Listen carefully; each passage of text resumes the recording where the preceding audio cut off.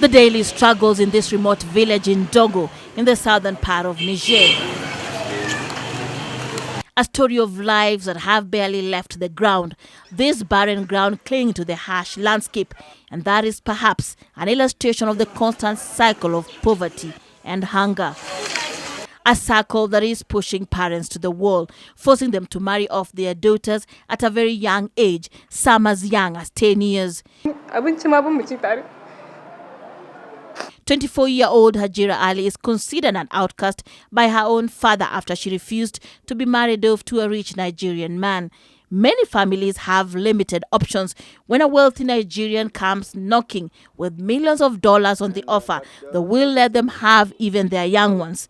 Here, a girl married off is one less mouth to feed.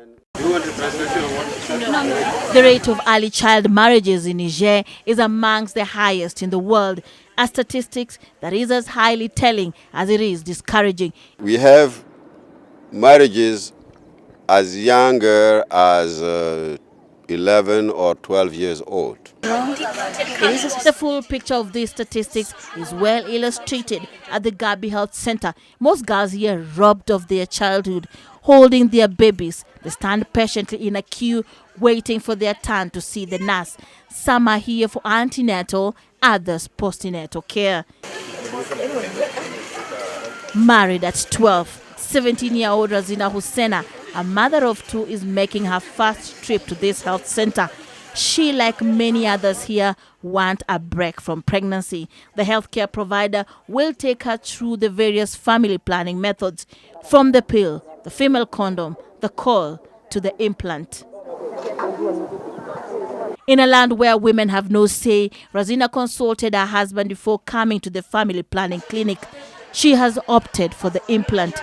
I have chosen the 3-year plan because some of the other methods like pills, you must take them every day and I am bound to forget. The average woman here has more than 7 children, the highest fertility rate in the world, but also the highest maternal mortality rate. And so Razina will take this jab to give her at least a 3-year break. Zalia Al-Hassan, 35, has had 8 children and 2 miscarriages. But for her, this is now a closed chapter. I want to stop giving birth because of the difficulties I encounter each time.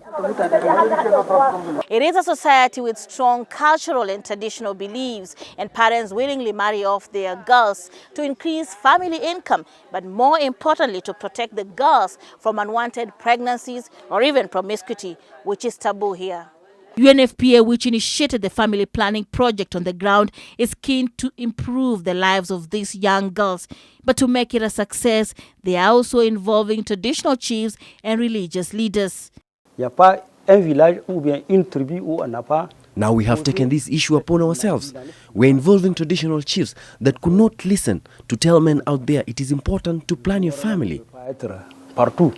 Mais il faut savoir que c'est ça la force en tout cas de la chefferie traditionnelle qui est présente en tout cas partout en tout cas.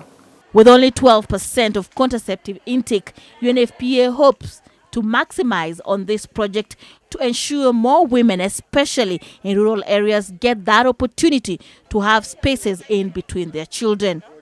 Pamela Sigi, NTV, Niger.